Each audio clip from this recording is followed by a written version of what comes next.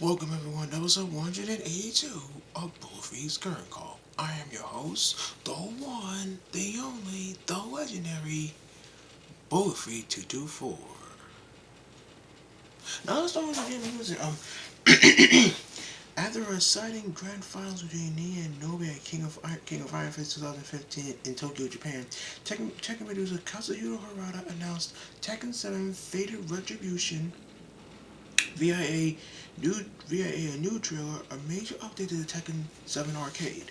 It was revealed that the mysterious silhouette seen to be in the dojo with Kazumi, the Tekken 7 intro, is not Heihachi as many assume, but Akuma.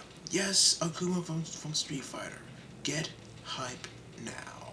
Let me dig some more information right now.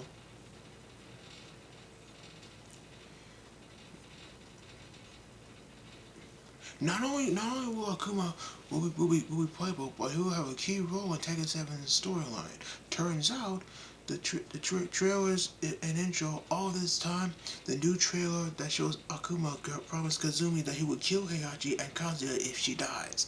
Yeah, this is real life. Amazing. Hype.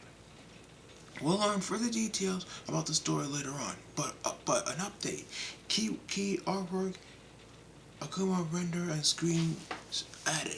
New screenshots confirm that brand new default costumes and fight intro animations for several returning veterans.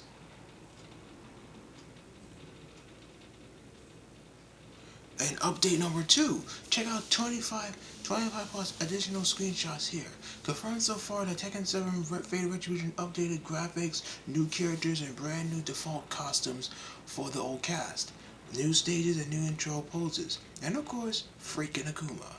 Now the question is, will Akuma be the only Street Fighter character in Tekken 7? Common sense will say no. Let me go back.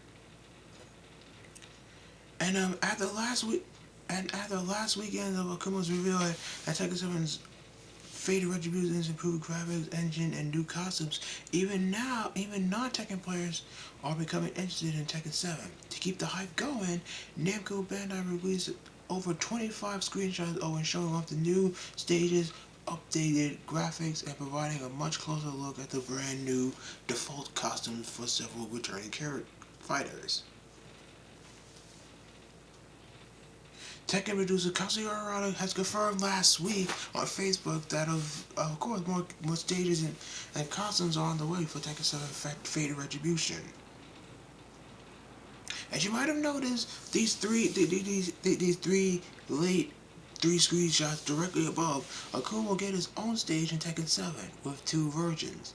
Also, be sure to keep your eyes on TGF's Tekken 7 Fated Retribution preview profile for additional screenshots, additional artwork, and all of the current known details on the highly anticipated sequel.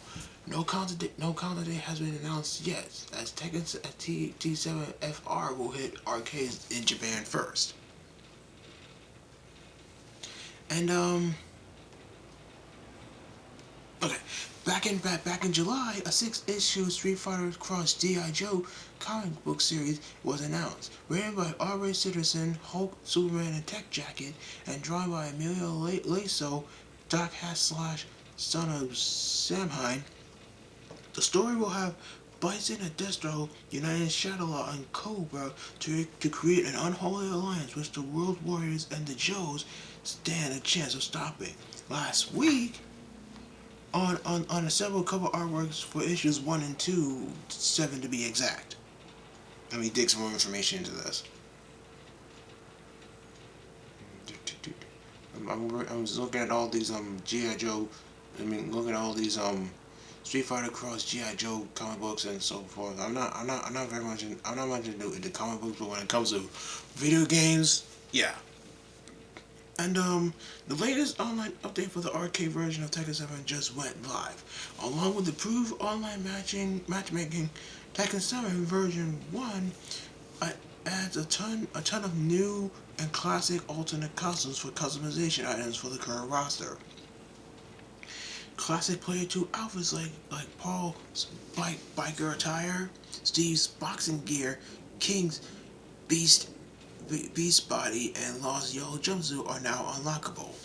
Newcomers like Kazumi, Joseph Azar, Katrina, and Gigas will get brand new exclusive outfits as well. Let me read some information to that.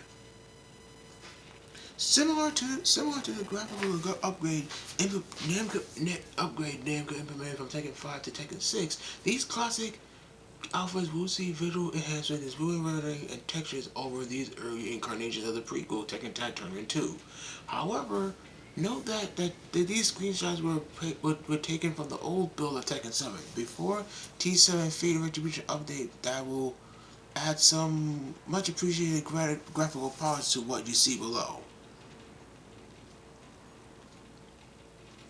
I'm looking at all these new costumes here and so forth.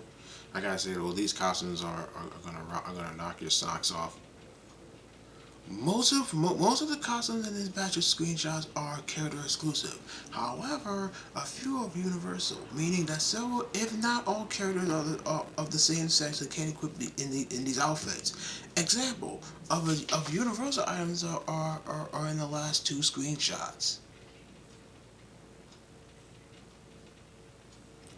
And Capcom has announced that launched the third Street Fighter V beta right on schedule. Once again, the beta runs from December 18th, which was yesterday, at 12:00 a.m. p.m. PT 8:01 a.m. GMT through December 20th at 10 p.m., which is tomorrow Pacific time.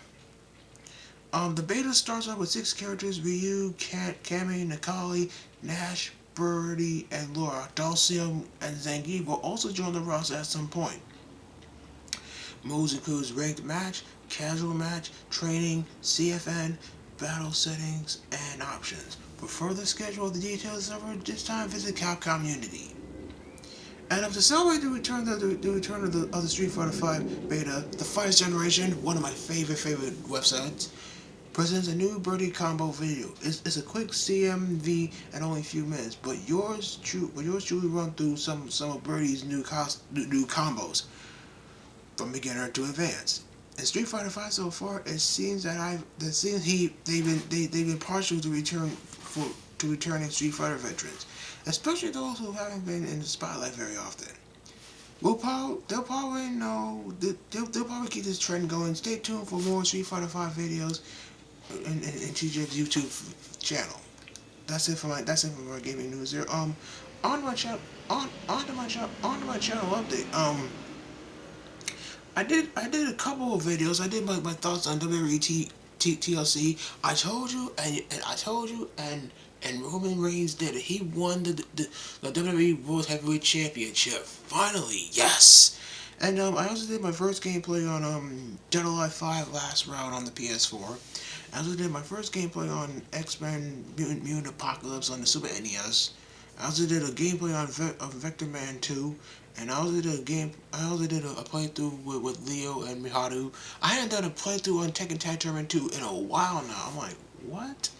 I also did my next gameplay on Marvel Land for the Sega Genesis, and I also did my next playthrough on Super Smash Bros. Wii U with Dr. Mario. I'm planning on doing more in the near future.